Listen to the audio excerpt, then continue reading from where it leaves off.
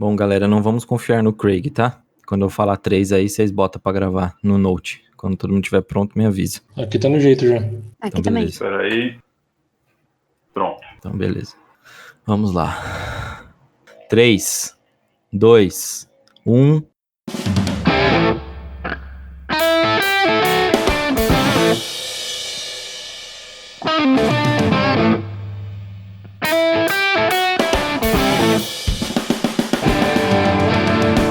Fala, seu Zeca Pagodinho, continua tudo quarentenado com vocês? Tá começando mais um episódio do ZoneCast, aquele podcast que já deixou tanto a vida levar, que não sabe mais onde tá. Então, chega mais Clê, chama o quadro novo Dodô, manda o papo reto à net, e arruma esse notebook Luquiba. Bom dia, boa tarde, boa noite. Pra você que tá chegando agora, meu nome é Felipe Clemente e está começando mais um episódio desse já consagrado podcast do Tailgate Zone, o ZoneCast. Ao meu lado, fala Dodô, meu querido. Fala, meu querido. Seguindo a tradição já centenária do ZoneCast, vamos de jabá. Antes de mais nada, nos siga nas nossas redes sociais, Facebook, Instagram e Twitter. O Twitter é um pouquinho diferente, TailgateZone_BR. Você também nos vê e nos ouve no YouTube. E além de tudo isso, você encontra esse podcast nas principais plataformas. Maravilhoso jabá. Bom, ao nosso lado também temos... Boa tarde, Anete. Tudo bem com você? Opa, boa tarde. Bom dia, boa tarde, boa noite pra todo mundo. Chefinho, Dodô, Kiba, todo mundo que tá assistindo, ouvindo no caso. Isso aí, bora lá conversar sobre várias coisas. Realmente, hoje temos assuntos interessantes, bem interessantes. Boa tarde, Luquiba. Tudo bem? Tá vivo, meu querido? Fala, Clê, Dodô, Anete, quem está nos escutando. Graças a Deus estou vivo, estou bem, tudo em ordem. Tive um problema técnico, até agora meu computador não liga, mas pelo menos a gente consegue improvisar. E como diz a Faustão, quem sabe faz ao vivo. Então, simbora. É um quase ao vivo, né? Mas beleza. E falando em Faustão, um quadro novo no Tailgate. Em vez de se vira nos 30, ou se vira na vida. Pra essa segunda temporada de 2020, acho que tem que ser isso aí mesmo, viu? Bom, Paulinha, solta a vinheta aí, vamos começar essa paçoca logo, vai.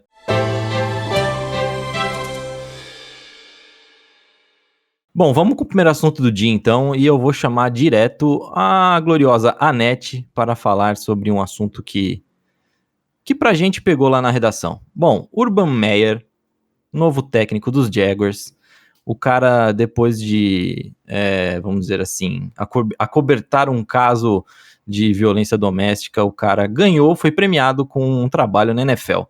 Enquanto isso, nós temos pessoas que ainda não conseguem um cargo.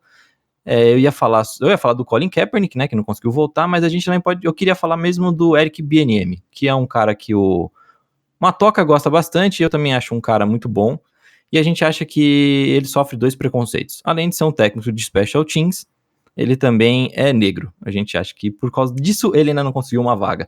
É bem por aí, Anete, ou eu tô totalmente errado? Então, acho que tem vários lados nessa história. Primeiro, a NFL, quando ela quer, ela fecha os olhos muito fácil pra qualquer coisa.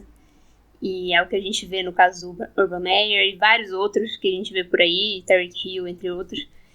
E no caso do Eric Bieniemy, talvez a gente tenha escolhido a pessoa errada para falar sobre isso, sobre a questão do preconceito com treinadores negros e tudo mais, pessoas de liderança, porque ele é pouco divulgado isso, são poucas pessoas que falam sobre isso, se fala muito sobre ele não conseguir uma oportunidade como treinador,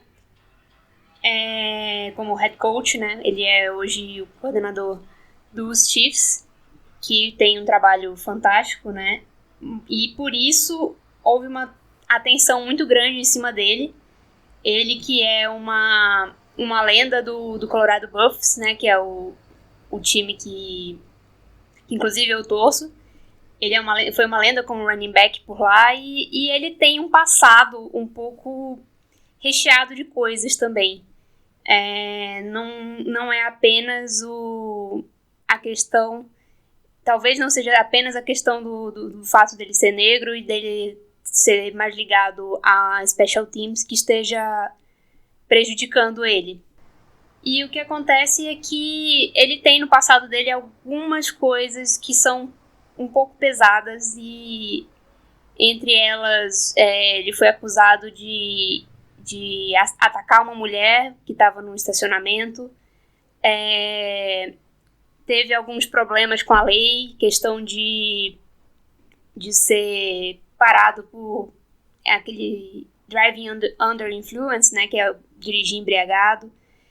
Ele tem algumas questões um pouco maiores que dizem respeito, por exemplo, enquanto ele era técnico em Colorado, houve um grande escândalo de questão de crimes sexuais. E o que acontecia era que foi investigado, nunca foi para frente, mas dizia-se que ele, como uma das pessoas responsáveis por recrutar, aconteceu um escândalo em que se dizia que as pessoas que recrutavam estavam prometendo para os jogadores muito álcool e sexo, basicamente. Então, houve esse escândalo que acabou não dando em nada. A ficha dele é um pouquinho longa nessas questões menores. Tem algumas questões de enfrentar um bombeiro que foi na casa dele. Tem essa questão com essa mulher, que ele inclusive, ele era uma lenda de Colorado, né? E ele foi banido do campus por 1 ano. Então você imagina o que faz uma universidade banir um dos maiores jogadores da história do campus, não poder voltar por 1 ano. Deve ter sido alguma coisa grande que foi escondida. E tem outras questões também que vão além do extracampo. Devo destacar aqui que essas questões de extracampo não tem tido nada desde que ele chegou na NFL. Ele tem mantido a ficha dele limpa, então existem pessoas que conseguem mudar com o tempo, né? A gente não sabe se ele mudou, se é esse o caso, mas isso é possível. Só que tem o outro lado também, que ele faz muitas entrevistas para head coach, mas em geral os resultados que a gente vê, aqueles reports de como foi a entrevista, tal pessoa entrevistou super bem para tal cargo, em geral os deles são muito negativos. Em geral dizem que ele bomba em todas as entrevistas, ele manda mal. Esse ano, por exemplo, ele entrevistou com os Falcons e já houve o report de que ele não passou na entrevista, vamos dizer assim, ele não passou na entrevista de emprego. Então, a gente tem que ver também que os times da NFL buscam sempre o melhor. E se você, como um treinador, tem um passado duvidoso e não consegue ir bem em entrevistas, isso aí vai dificultar a sua vida como um potencial head coach. E a questão dos escândalos sexuais é bastante complicado, porque era uma figura de liderança dentro dos scouts, das pessoas que estavam no recrutamento, na verdade, de Colorado, e no meio de um escândalo grande. Você quer que as lideranças dentro do seu time coíbam disso, e isso em vez de incentivar, né? Com certeza. Essa história que você trouxe, Ana, realmente pesa um pouco no que eu acreditava nele como técnico. É até bom você realmente trazer esses assuntos, porque a gente esquece muito dessas coisas, né? A gente estava discutindo outro dia sobre alguns jogadores e a gente esquece desse passado deles. Ô, Dodô, o que você acha? Você acha que talvez, jogando nesses pontos que a Ana falou agora sobre as entrevistas, que o BNM encaixa naquelas conversas que a gente teve de o cara é um bom coordenador, mas pode ser um péssimo head coach? Eu acho que são pontos a se considerar. Tecnicamente, uma pessoa pode ser muito boa, mas ela pode ter problemas principalmente de socialização, né? Ele pode conduzir muito bem, ele pode ser um bom head coach, mas se não houver esse lado humano, né, não tiver a soft skill bem desenvolvida, não tiver um caráter, né? Obviamente que nem todo mundo tem um caráter inquestionável, né? Mas ter um bom caráter, né? Ter uma boa condução, Acho que isso que primordialmente, principalmente, deve amedrontar as equipes, e acho que todo mundo tenta buscar uma conversa com ele, principalmente porque tecnicamente tem essa visão, né? Ele pode ser um bom head coach, mas eu quero identificar se tudo que cerca ele de pontos negativos, eu posso trabalhar, eu posso melhorar e posso mudar a pessoa. A gente já, por diversas vezes aqui, já crucificou N jogadores por conta de alguns comportamentos que não é só uma questão de ajuste, né? Eles ferem o caráter da pessoa diretamente. Então, de fato, né? Pode ser um bom head coach, mas todos esses pontos aí podem fazer com que qualquer entrevista que ele vá ter em qualquer equipe vai puxar o perfil dele para baixo aí, e aí não ficar entre as primeiras possibilidades de escolha. Então, acho que, de fato, o passado, por mais que a pessoa mude, né? Infelizmente, isso cai na avaliação, nisso, entrevista de emprego no geral. Então, se de repente você não tem uma boa avaliação do seu emprego anterior e alguém for buscar referência, por exemplo, você vai ter que lutar bastante para mostrar que você mudou, por exemplo. Então, isso é um problemaço para ele. Luquiba, você foi um dos caras que a gente conversou em off, e você perguntou para mim assim, mas será que tem algum caso mesmo do BNM? E porque eram coisas que pareciam difíceis de achar, né? Realmente parece que as pessoas vão colocando embaixo do tapete tão bem colocado que a gente nem fica sabendo, né? Bom, Clay, eu entendo todos esses pontos que a Ana levantou, né, que o Dodô também levantou, mas eu vejo isso por um pouco diferente. Eu ontem tive um pouco de tempo, então fui pesquisar a fundo, né, a vida um pouco dele, para saber tudo que ele fez, tudo que ele apontou. Todos esses casos que a Ana comentou, realmente ele tem um passado bem conturbado, mas a gente está falando de coisas de 1990 até 2000. De lá para cá não teve nenhum incidente com ele. Então, assim, são coisas do passado, literalmente, tá? Eu acho que isso leva em consideração, sim, só que eu acho que o principal fator é porque ele é negro. Porque eu acho que se ele fosse branco, eles iam esquecer esse passado dele e já teriam, pelo menos, dado uma oportunidade para ele. Porque, assim, eu li várias justificativas por que ele ainda não tem um emprego de treinador. Primeiro falaram que é porque as pessoas da árvore do Reed não têm sucesso, o que eu discordo veementemente, porque só a gente pegar o Harbaugh e o Peterson, os dois já têm Super Bowl. A gente tem o Ron Rivera, que também já chegou ao Super Bowl. A gente tem o McDermott, que está, né, um bom caminho aqui com o Bills. A gente tem o Todd Bowles, que fez um bom trabalho no Jets, inclusive estava sendo cotado para ser head coach de novo. Então, essa justificativa de que é da árvore do Reed, para mim, não cola. Aí, a segunda justificativa que me disseram foi porque ele não sabe se vender nas entrevistas, né? Foi até o que a Ana falou, que sai os reportes que ele bomba. Mas, assim, eu já tive o trabalho de procurar algumas entrevistas dele, né? Dando para TV, para coisas do tipo, e ele parece ser um cara muito bem articulado. Então, eu não acho que isso possa ser o grande fator.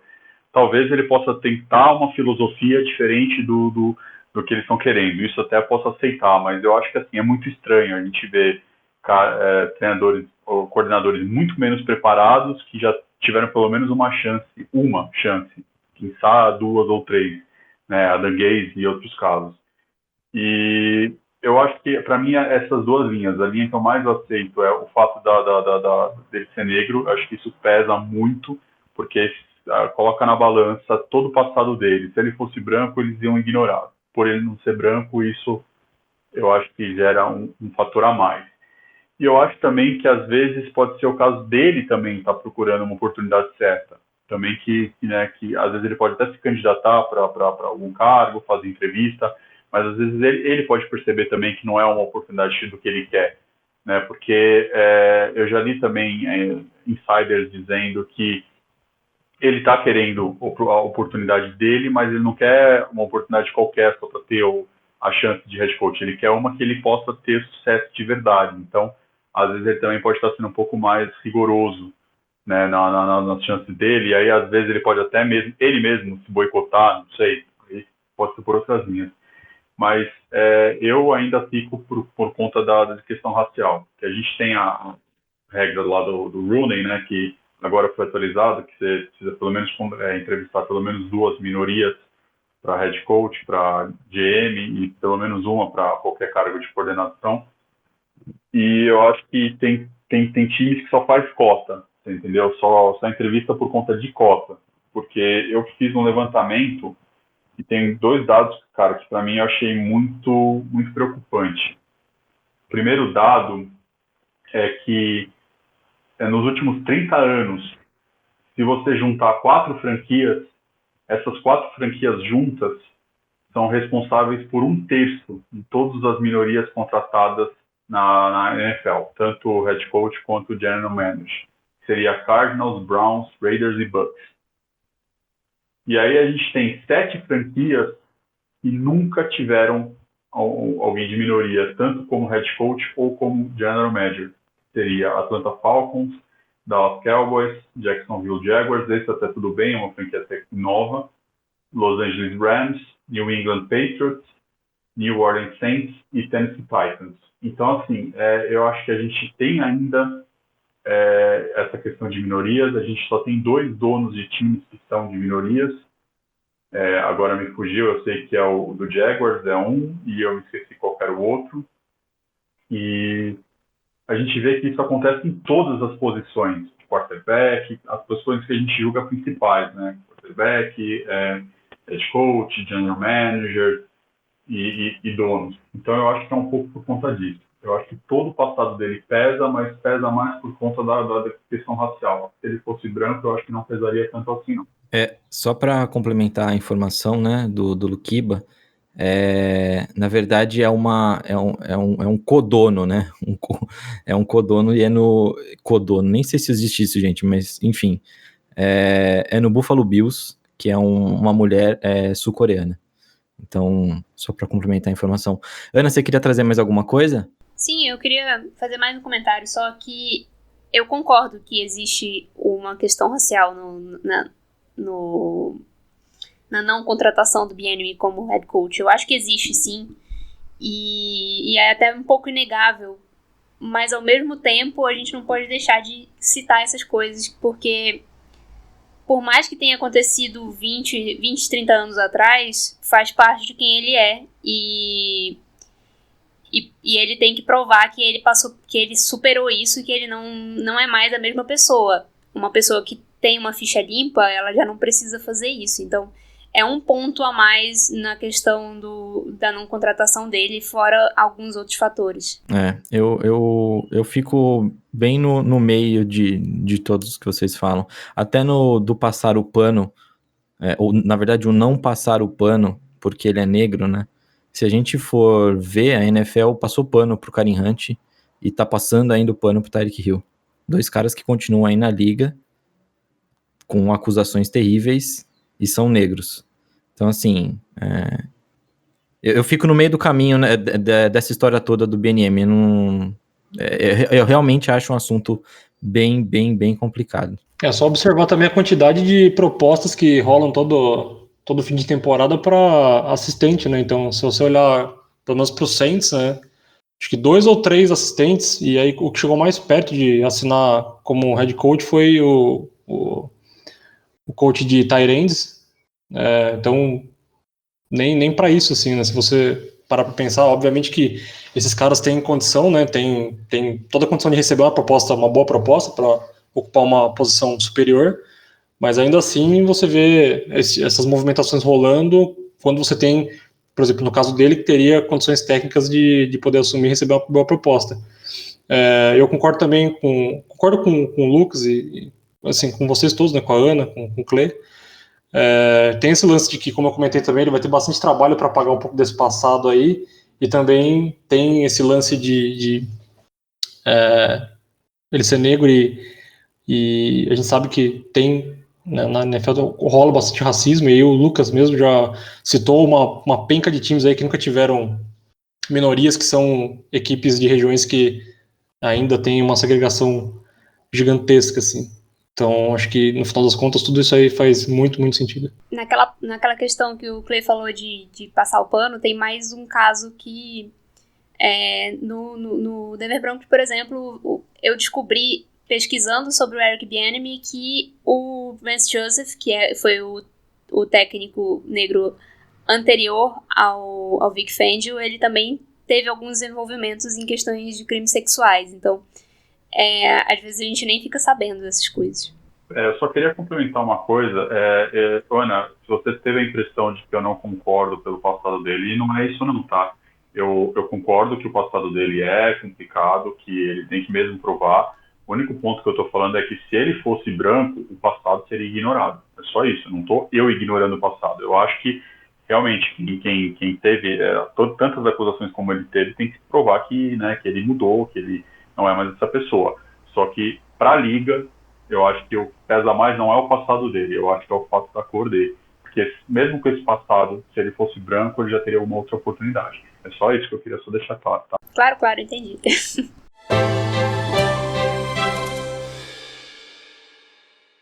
Bom, é isso, meus queridos. E, infelizmente, Ana e Luquiba, eu trouxe vocês para o podcast que a gente só tem assunto pesado.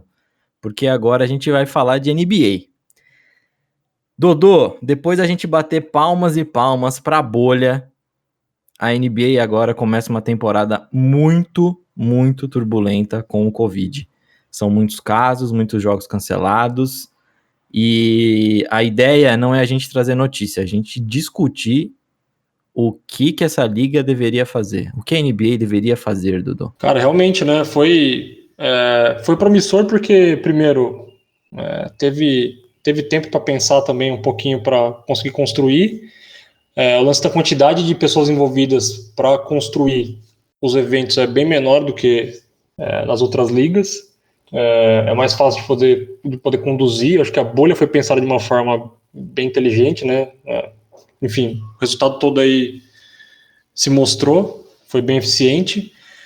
E, cara, o que fazer? Acho que voltar para uma bolha, enfim, acho que eles nem cogitaram essa possibilidade, né? Acho que todo o contexto, e aí um pouquinho das pessoas afrouxando um pouco o cinto, e aí ignorando ainda mais que a pandemia ainda está aí a todo vapor, talvez uma nova bolha do mesmo formato não funcionaria tão bem assim do contexto atual, né? Acho que questão falando de tempo e aguardar para conseguir controlar e colocar tudo nos eixos para voltar para um ambiente controlado, fechado e etc.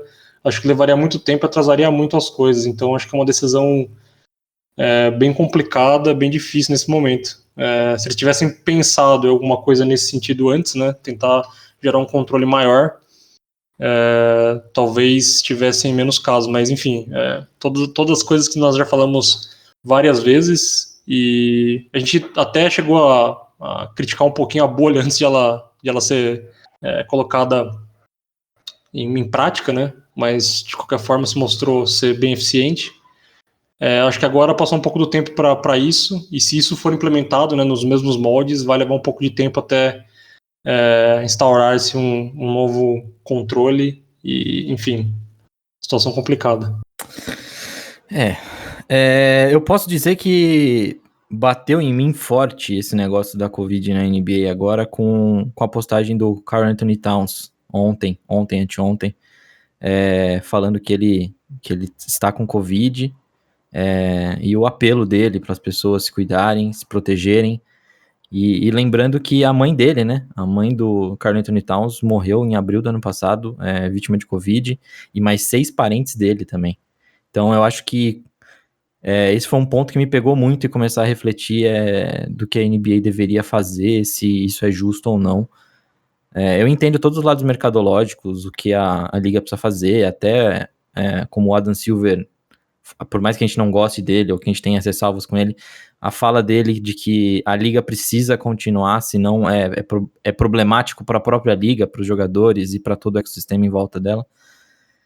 Mas tá bem complicado, né, Luquiba? Eu sei que você tá com todos os dados aí de quantos casos a gente já teve, quais jogos já foram cancelados. Você podia trazer isso um pouquinho pra gente, seria bem interessante. Bom, Clay, eu, nesse nosso formato novo, né, que a gente está fazendo aqui no podcast, eu tive mais tempo para preparar pela pauta, né? E aí eu levantei também algumas coisas interessantes.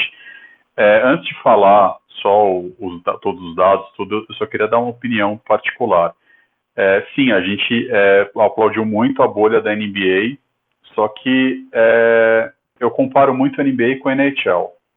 As duas fizeram bolhas, a bolha das duas eu acho que foi um sucesso, só que o que a NHL fez que a NBA não fez? A NHL pensou na temporada seguinte, a NBA não. A NBA falou, beleza, vamos começar a temporada do jeito que é, sem nenhuma mudança, só vamos colocar algum protocolo aqui, outro ali, mas segue o barco do jeito que quer. E pressionaram a começar a temporada o mais rápido possível. A NHL não, sentou, discutiu, começou a pensar, fez todo o realinhamento, só jogam entre as próprias divisões para evitar viagens e tal. Então, assim, eles tomaram mais medidas precautórias do que a NBA. A NBA simplesmente falou, vamos do jeito que tá. E agora está com esse pepino na mão. Vamos lá aos dados. A gente teve, desde os últimos 9 meses, mais de 100 testes positivos, tá? E aí tem casos, inclusive, isso não é comprovado, tá? Aí já é questão de rumor, que inclusive na bolha teve casos de pessoas assintomáticas que não foram notificadas, tá? A gente teve, antes de começar a temporada, 3 semanas antes de começar a temporada, a NBA fez a testagem em massa em todos os jogadores e 48 jogadores testaram positivos. Isso representa 9% do total, que é mais ou menos o que a gente está vendo com a porcentagem, né, do Mundial. E aí, mesmo assim, eles decidiram começar essa temporada. E aí o primeiro problema que eles tiveram foi no dia 23 de dezembro, que foi o jogo Oklahoma City Thunder contra Houston Rockets, que foi o primeiro jogo adiado. Por conta do Houston Rockets, eles estavam sem o mínimo de jogadores, né, porque a NBA aumentou o roster, né, para 15 jogadores, e eles exigem um mínimo de 8 jogadores para conseguir ter um jogo. E o Rockets não tinha esse mínimo de 8, por isso que o jogo foi adiado. Depois disso, passou um pouco de tempo, e aí o primeiro caso de verdade, que eu acho que começou a complicar, foi Miami Heat com o Boston Celtics, que foi no dia 10 de janeiro. Esse jogo foi adiado por conta do Miami, que Miami não tinha o mínimo necessário, mas o Boston também já estava com problema de Covid. Boston ia para o jogo com um mínimo, com uns 8 jogadores só. E aí, antes de falar a lista completa, esse jogo para mim foi interessante porque, assim, nesse jogo eu comecei a pesquisar o que aconteceu antes dos dois times para chegar com Covid, né? Aí eu vi que Miami enfrentou Filadélfia e enfrentou Oklahoma City e enfrentou o próprio Boston antes disso tudo. E aí você começa a ver que pode ter tido caso de um contagiar o outro, né? Porque a gente teve um caso na Filadélfia, que o Filadélfia, apesar de não ter nenhum jogo adiado, eles tiveram, para mim, acho que o jogo mais emblemático, que foi no jogo contra o Brooklyn. No meio da partida, eles se afastaram, o Seth Curry, porque no meio da partida eles descobriram que ele estava com Covid. Né? E aí, a partir disso, o Philadelphia teve outros problemas, mas acabou não tendo jogo nenhum adiado. Mas aí eu comecei a tentar rastrear para ver os contágios, né? E aí eu vi que é muita coincidência. Um time com caso, jogar com o time anterior, e esse time 2, 3 dias depois começar a ter problema, né? E aí a questão, talvez, da logística da NBA que falhou. Foi por isso que eu quis dar minha opinião inicial. Mas vamos lá aos jogos. No dia 10 de janeiro, Miami contra o Boston. No dia 11 de janeiro, o New Orleans Pelicans contra o Dallas Mavericks, por conta do Dallas. No dia 12 de janeiro, Boston contra o Chicago Bulls, por conta de Boston. No dia 13 de janeiro, a gente teve 3 jogos adiados. Boston com Orlando, por conta de Boston.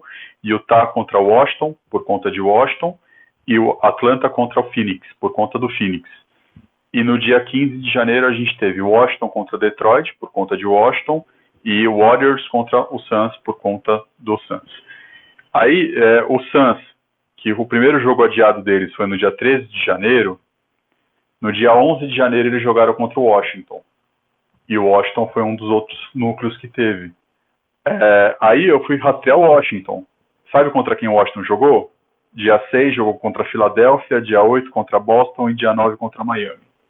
Então, assim, tá meio que, para mim é nítido que um time está contagiando o outro. E os protocolos não estão sendo nem um pouco efetivos. Porque a gente começou com um núcleo estourando entre Boston e Miami, e aí se você começar a pegar todos os adversários em comuns, todos esses tiveram problemas ou de jogos cancelados ou de múltiplos casos de Covid no próprio time. E aí é um efeito dominó. Isso vai derrubando um time, vai derrubando o outro. Então, eu acho que o mais prudente que a NBA teria que fazer é pausar, ver o que dá para fazer, porque do jeito que tá, já virou ali uma epidemia, né? O fora é que você também corta o ritmo dos times, o ritmo que eles estão vindo, né, Luquiba? Porque você cancela um jogo que um time tá vindo de uma sequência boa, você quebra aquela filosofia, você quebra aquela empolgação, né? Isso também é bem complicado, né? Total. Primeiro, o ritmo de jogo. Segundo, o próprio jogador. Você pega... Eu posso falar do Boston, que é o time que eu acompanho mais a fundo. O Boston estava começando a se ajeitar, porque teve algumas trocas, né, para a temporada, mudou um pouco a cara do time, e aí começou a querer entrosar o quinteto titular, e aí você perde o Tatum com Covid, você pega o Jaylen Brown com Covid, Covid não, com contato, quem tem Covid, e aí quando o time fica lá uma semana sem jogar, quando volta, ainda não volta o mesmo time, volta com outras peças, talvez, com jogadores que estariam só para completar o banco, e aí não é só o ritmo de jogo, é entrosamento também, tudo, prejudica tudo. Bom, Ana, eu separei pra você a pergunta mais difícil, um negócio mais complicado, até porque a gente vai ter que discordar de um jogador que eu acho que muita gente gosta. O que fazer com essa NBA? Cancela a temporada, mete tudo numa bolha, ou a gente faz que nem o Charles Barkley e dá prioridade pros atletas e vacina todos eles porque eles pagam muitos impostos? Rapaz, olha, isso aí é complicado, hein? Prioridade tem que ser pra idoso, pra pessoa que trabalha com a saúde, pra pessoa que é grupo de risco. Isso aí é a maior idiotice que eu já ouvi. Agora, o que a NBA pode fazer é uma pergunta muito complicada, porque, igual os meninos já falaram, o que eles deveriam fazer já deveriam ter feito. Eu acho que agora talvez a única saída seria uma pausa. Mas você tem a questão de que uma pausa não vai resolver, porque o que a gente está vendo dentro da NBA é um reflexo da sociedade, né? A gente vê jogadores o tempo todo, tá saindo, tal jogador estava sem máscara em tal lugar. Todo dia aparece alguma coisa assim, e você mandar todo mundo para casa pode até piorar esse fator, né? Que os jogadores não vão estar fazendo nada, não vão ter o compromisso de jogar, e aí vão novamente se meter em qualquer lugar, e quando voltar ninguém garante que vai estar totalmente seguro de novo.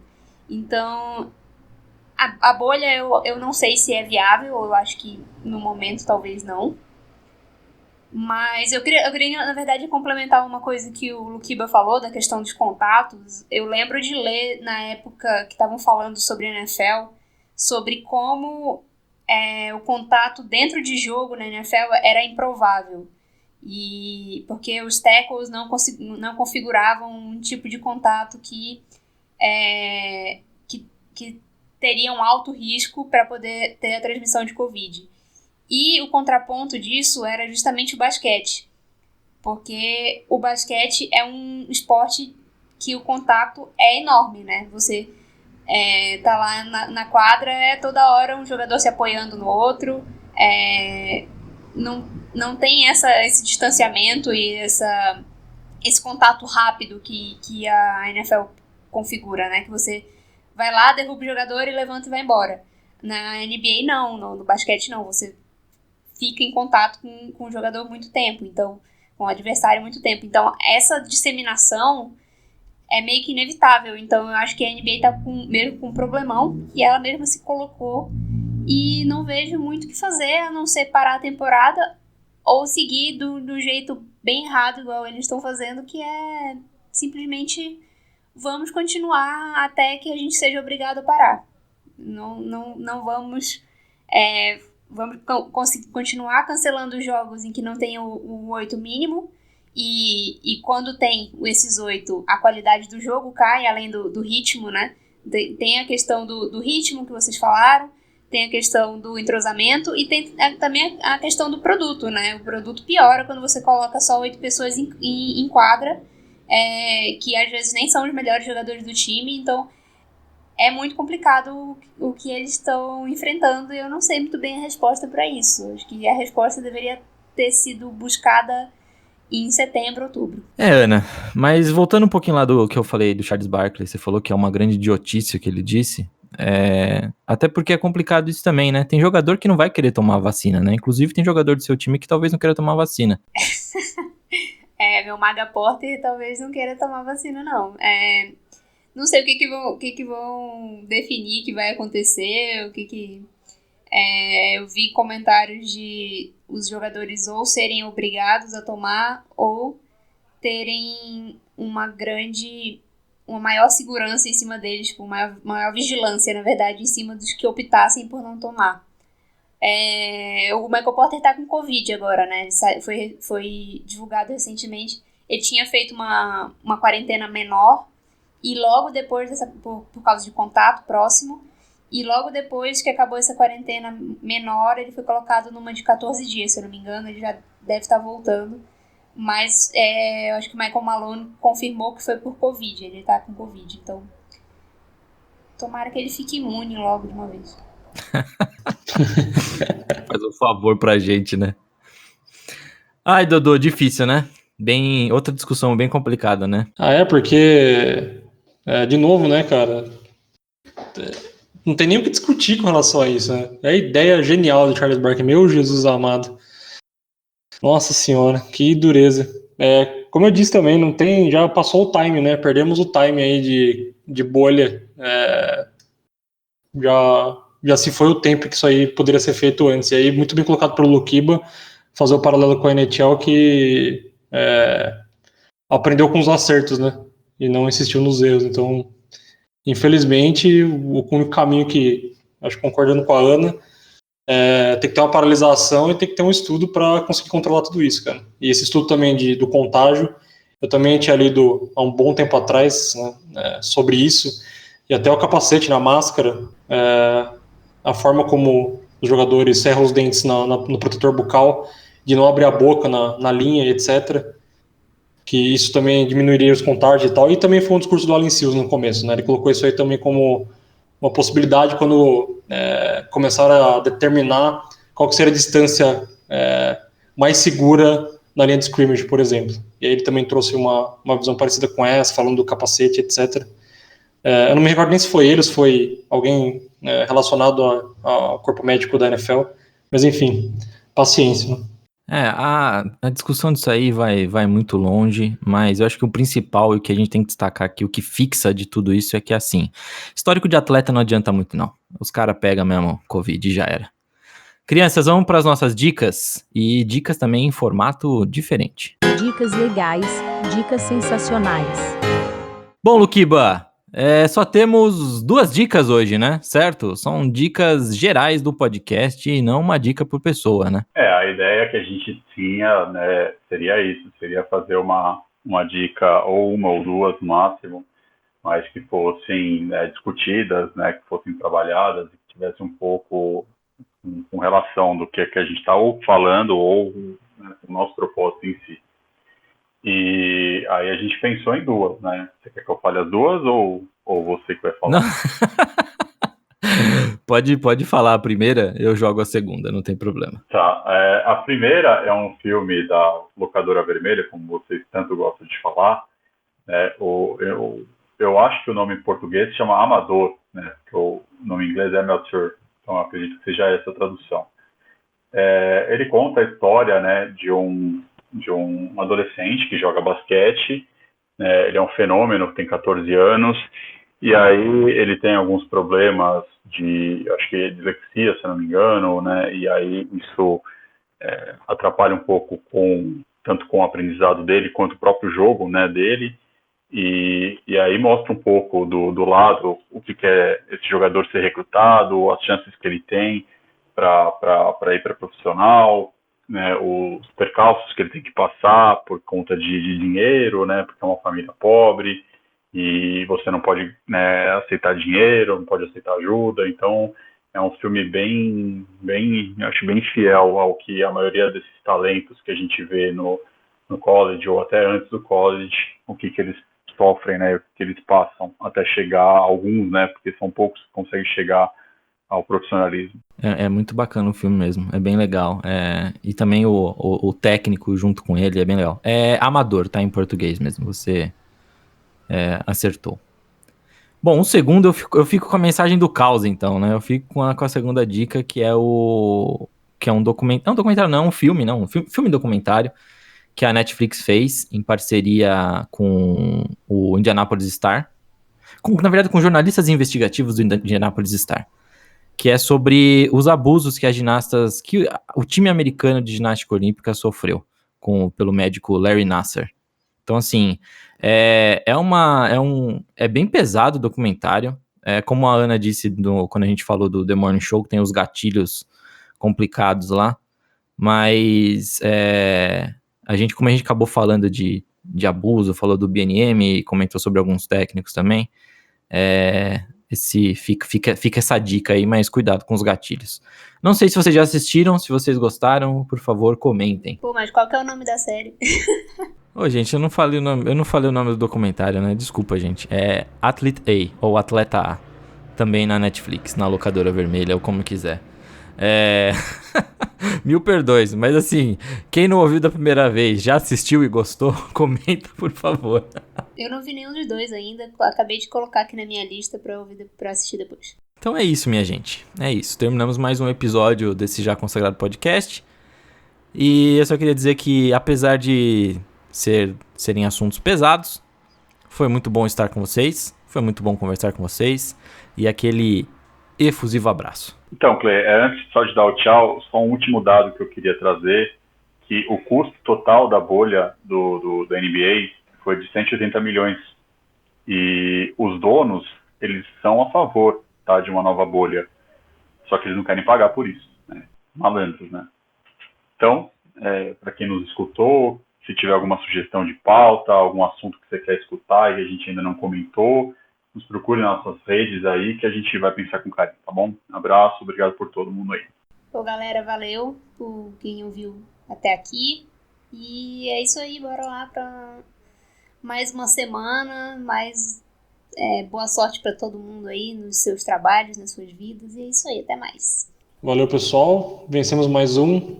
E, como sempre, cuidem-se. Cuidem de quem vocês puderem cuidar. Uma boa semana para todos. Bebam água e bebam cerveja porque também tem água. Ah, que delícia. Eu vou beber cerveja agora, inclusive. Valeu, galera. Beijos e até semana que vem. É isso aí, seu Zeca Pagodinho. Acabou mais um episódio do Zonecast. Rapaziada, gravação foi pesada, polêmica e bem complicada. Foi no mesmo molde que a Semana Brasileira, sufocante, mas pelo menos vamos encerrar com notícia boa essa paçoca, pois a Anvisa aprovou 2 vacinas para o uso emergencial, felicidade demais. Já vai separando a tua roupa, o teu perfume e agora, é só aguardar o postinho chamar. Isso sim é um bom tratamento precoce. Melhor que esse, só se não tivesse apertado o 1 e o 7 juntos. Enfim, como de costume, vamos seguir tomando a boa e velha água, que o Dodô tanto fala, e seguir os nossos dias. Não deixem de nos seguir nas redes sociais. Facebook, Instagram e Twitter. No Facebook e no Instagram, Tailgate Zone, e Tailgate Zone _BR, no Twitter. Semana que vem tem mais, e toquinhos de luz no cotovelo de vocês.